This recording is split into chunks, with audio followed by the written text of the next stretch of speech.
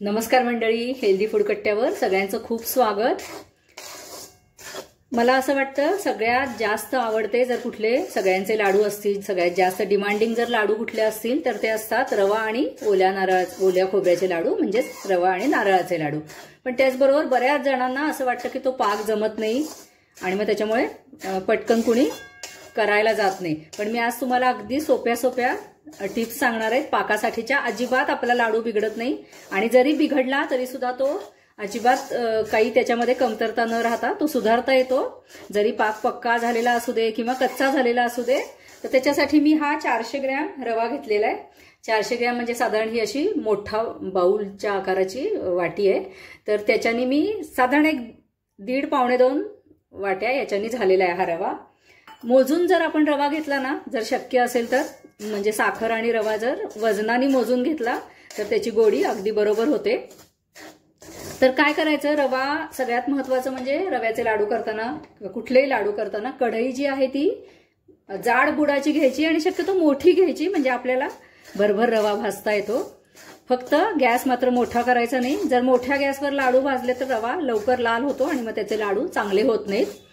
तर आता 400 ग्रॅम रव्यासाठी मी 400 ग्रॅमच साखर घेतलेली आहे आणि साधारण साखरेच्या निम्म जेव्हा आपण पाणी घालतो तर त्याच्याऐवजी मी नेहमी थोडंसं पाणी आणि थोडंसं दूध घालते, म्हणजे त्याच्यामुळे लाडवाला खूप छान चव येते। तर मी आणि साखर बुडेल एवढं व्यवस्थित साखर बुडली पाहिजे एवढं दूध आणि पाणी आपल्याला घालायचंय। ते शक्यतो आधी घालून ठेवायचं, म्हणजे मग पाक लवकर होतो।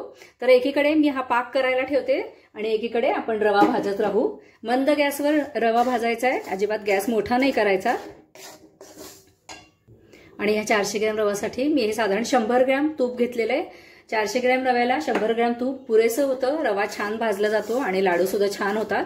पण अगदीच गरज पडली तर 2 ते 3 चमचे याच्यापेक्षा तूप जास्त लागतं। त्याच्यापेक्षा जास्त तूप रव्याच्या लाडवाला लागत नाही, कारण काय आहे, आपण याच्यामध्ये ओला नारळ पण घालणार आहे।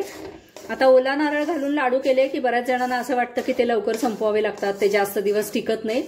पण मी सांगते तुम्हाला, असे जर मी लाडू केले ना, मी तुम्हाला त्याच्यासाठी हे लाडू टिकायसाठी काय करायचं तेही सांगणार आहे। आणि हे लाडू 8 दिवस फ्रीजच्या बाहेर आरामात टिकतात। आणि काय करायचं, रवा जरा कोरडा आधी भाजून घ्यायचा, म्हणजे मग रवा भाजायला जड जात नाही। तूप घातलं की रवा थोडासा जड होतो। तर छान रवा अगदी कोरडा भाजून घ्यायचा आणि भाजत आला की मग तूप घालायचं, म्हणजे मग सोप्या पद्धतीने आणि लवकर रवा भाजला जातो। दुसरीकडे दुसऱ्या गॅसवर मी पाक करायला ठेवलाय, तर तो पण अधूनमधून ढवळत राहायचा। जर ढवळलं नाही तर साखर तळाशी तशीच राहते आणि मग ती लाडू खाताना करकर लागते। आणि साधारणपणे 1 उकळी आली पाकाला की तो पाक झालेला असतो। पण तरी सुद्धा पाक कसा चेक करायचा ते पण मी तुम्हाला दाखवते। एवढ्या रव्यासाठी मी हा 1 नारळ खोवून घेतलेला आहे, त्याचा काळा भाग घेतलेला नाहीये। आणि याच्यापेक्षा जास्त जरी खोबरं असेल तरी सुद्धा चालेल, किंवा थोडंसं कमी असेल तरी पण चालेल। रव्याचे लाडू करताना रवा बारीक घ्या। जाड जर रवा असेल तर त्याचे लाडू चवीला चांगले लागत नाही, करकर लागतात। तसा जर जाड रवा असेल, तुम्हाला बारीक रवा नाही मिळाला तर तो मिक्सरमध्ये थोडासा फिरवून घ्या, म्हणजे मग तो रवा बारीक होतो आणि मग त्याचे लाडू पण छान मऊ होतात। अगदी रव्याचा थोडासा रंग बदललेला तुम्हाला दिसत असेल। मला आणखीन एक मैत्रिणींनो तुम्हाला सांगायचं आहे की जे ऑर्डर घेतात, कुठल्याही पदार्थाची ऑर्डर घेताना, तर तेव्हा असं वाटतं की किती घ्यावं, म्हणजे तो पदार्थ 1 किलो घेईल। तर सर्वसाधारणपणे आपण सगळे जे काही जिन्नस वापरणार आहे, जे काही पदार्थ वापरणार आहे, तर त्या सगळ्याचं मिळून जेवढं वजन होतं ना, तर तेवढाच तो पदार्थ तयार होतो। म्हणजे मला असं सांगायचं की आता मी 400 ग्रॅम रवा घेतलाय, तर 400 ग्रॅम रवा, 400 ग्रॅम साखर, 100 ग्रॅम तूप, हे साधारण 900 ग्रॅम झालं। त्याच्यानंतर आपण जे दूध पाणी वापरणार आहे पाक तयार करण्यासाठी आणि जे ओलं खोबरं वापरणार आहे, तर ते सगळं मिळून साधारण जेवढं वजन होईल ते 1 किलोपेक्षा जास्त होईल। तर बरोबर तेवढीच 1 किलो लाडू या सगळ्या साहित्यामध्ये तयार होतात। जे छोटी छोटी ऑर्डर घेतात त्यांच्यासाठी मी सांगतेय। पाकाला आपल्या छान उकळी आलेली आहे, तुम्हाला दिसत असेल। साधारण एवढी उकळी आली की आपला पाक बरोबर तयार झालेला असतो। तरी सुद्धा मी आता आधी गॅस बंद करते आणि नंतर कसा पाक चेक करायचा ते दाखवते, कारण पाक चेक करता करता तो जास्त पक्का होत जातो आणि मग आपल्याला असं वाटतं की लाडू आपले घट्ट कसे काय झाले। तर हे आता हे बघा, असा तुम्हाला थेंब पडताना दिसत असेल. असा शेवटचा थेंब जो आहे तो थोडासा एक तारीसारखा पडतोय. त्याच्यानंतर एवढा अशी जर तार असेल तर ते लाडू छान मऊसर होतात. मी गॅस पाकाचा बंद केलेला आहे. रव्याचा पण रंग बदललेला आहे. आता आपण ह्याच्यामध्ये तूप घालूया. कोरडा रवा भाजायला सोपा पडतो म्हणून मी आधी तूप घालत नाही. तर आता मी जे हे 100 ग्रॅम तूप मोजून ठेवलेलं आहे तर ते तूप याच्यामध्ये घालते. गाईचं तूप आहे त्याच्यामुळे ते पिवळं दिसत असेल तुम्हाला. आता एक 2 ते 4 मिनिटं तुपाबरोबर रवा आपल्याला परत भाजायचा आहे. रवा आपला छान गुलाबीसर भाजून झालेला आहे. आता ह्याच्यामध्ये मी नारळ घालते. गॅस चालूच आहे, गॅस बंद करायचा नाही आपल्याला. आणि आता हा बरोबर 5 मिनिटं हा रवा सगळा रव्याबरोबर ओलं खोबरं भाजून घ्यायचं. म्हणजे मग जरी ओला नारळ घालून लाडू केले तरी सुद्धा ते खराब होत नाहीत.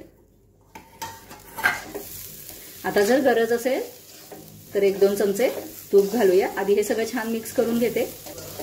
5 मिनिटं मी हे ओलं खोबरं रव्याबरोबर छान भाजून घेतलंय. आपल्या मिश्रणाला अगदी सुंदर रंग आलेला आहे.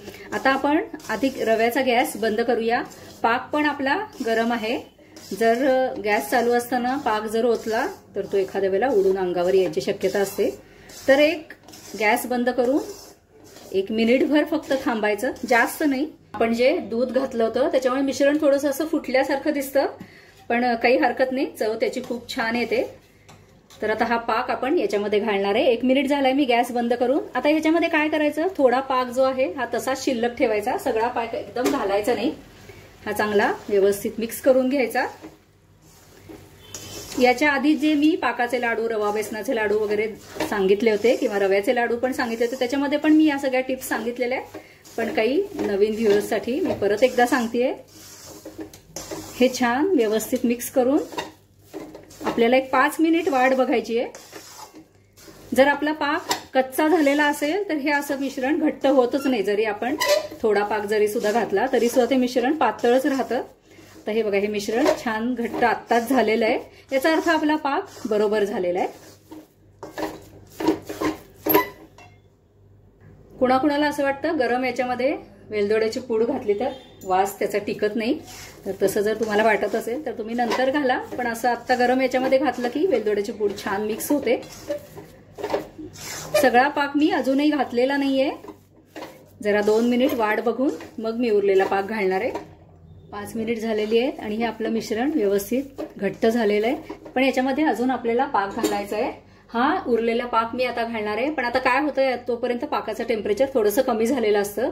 असा जर कोमट पाक याच्यामध्ये घातला तर ते लाडू चिकट होतात. त्याच्यामुळे हा पाक थोडासा गरम करायचा आणि मग घालायचा. पाक गरम केलेला मी याच्यात घालतीये. आता तुम्हाला असं वाटेल की पाक आधी सगळा का नाही घातला, तर ज्यांना खात्री नसते ना की आपला पाक बरोबर झालाय का नाही, त्यांच्यासाठी ही टीप आहे की जर आपलं हे मिश्रण घट्ट झालं नाही लवकर तर मग उरलेला जो पाक आहे तो आपण परत पक्का करायचा, अजून उकळायचा आणि मग याच्यामध्ये घालायचा. म्हणजे मग ते लाडू होतात. किंवा आपल्याला अर्धा पाक घातल्यावर जर असं वाटलं की हे लाडू फारच कोरडे होत आहेत, भरभर लगेचच ते मिश्रण जर घट्ट झालं तर ते लाडू चांगले होत नाहीत, रवा रवा लागतो. तर अशा वेळेला जो आपला उरलेला पाक असतो तर त्याच्यामध्ये साधारण एक 4 ते 5 टेबलस्पून पाणी घालायचं, परत उकळायचं आणि मग याच्यामध्ये घालायचं. म्हणजे मग आपले लाडू अगदी छान मऊसूत होतात. आता हे आधी एक 5-7 मिनिटं मी चेक केलं, उरलेला पाक घातला. त्याच्यानंतर आता हे परत जोपर्यंत हे मिश्रण घट्ट होत नाही तोपर्यंत मी हे असंच ठेवून देणार आहे. साधारण कमीत कमी अर्धा तास तरी हे पाकामध्ये रवा मुरला पाहिजे, म्हणजे मग तो लाडू खूप छान होतो. तर जेव्हा हे मिश्रण घट्ट होईल तेव्हा मी तुम्हाला दाखवते. एक अर्धा तास झाल्यानंतर मिश्रण आपलं छान कोरडं झालेलं आहे. याचे व्यवस्थित लाडू वळता येत आहेत आणि हे अजून थोड्या वेळाने आणखीन छान सेट होतो लाडू. या स्टेजला जर आपल्याला असं वाटलं की मिश्रण फार कोरडं झालंय तर चक्क एक पाव वाटी पाणी गरम करायचं, याच्यामध्ये घालून मिक्स करायचं आणि मग लाडू वळायचे. छान मऊ लाडू होतात आणि खराब पण होत नाहीत. थोडेसे गार्निशिंगसाठी पिस्ते आणि बेदाणे मी घेतले. तुम्ही तुमच्या आवडीप्रमाणे कुठलेही ड्रायफ्रुट्स घेऊ शकता. तर मंडळी, व्हिडिओ जर आवडला असेल तर लाईक, शेअर आणि सबस्क्राईब करायला विसरू नका. धन्यवाद.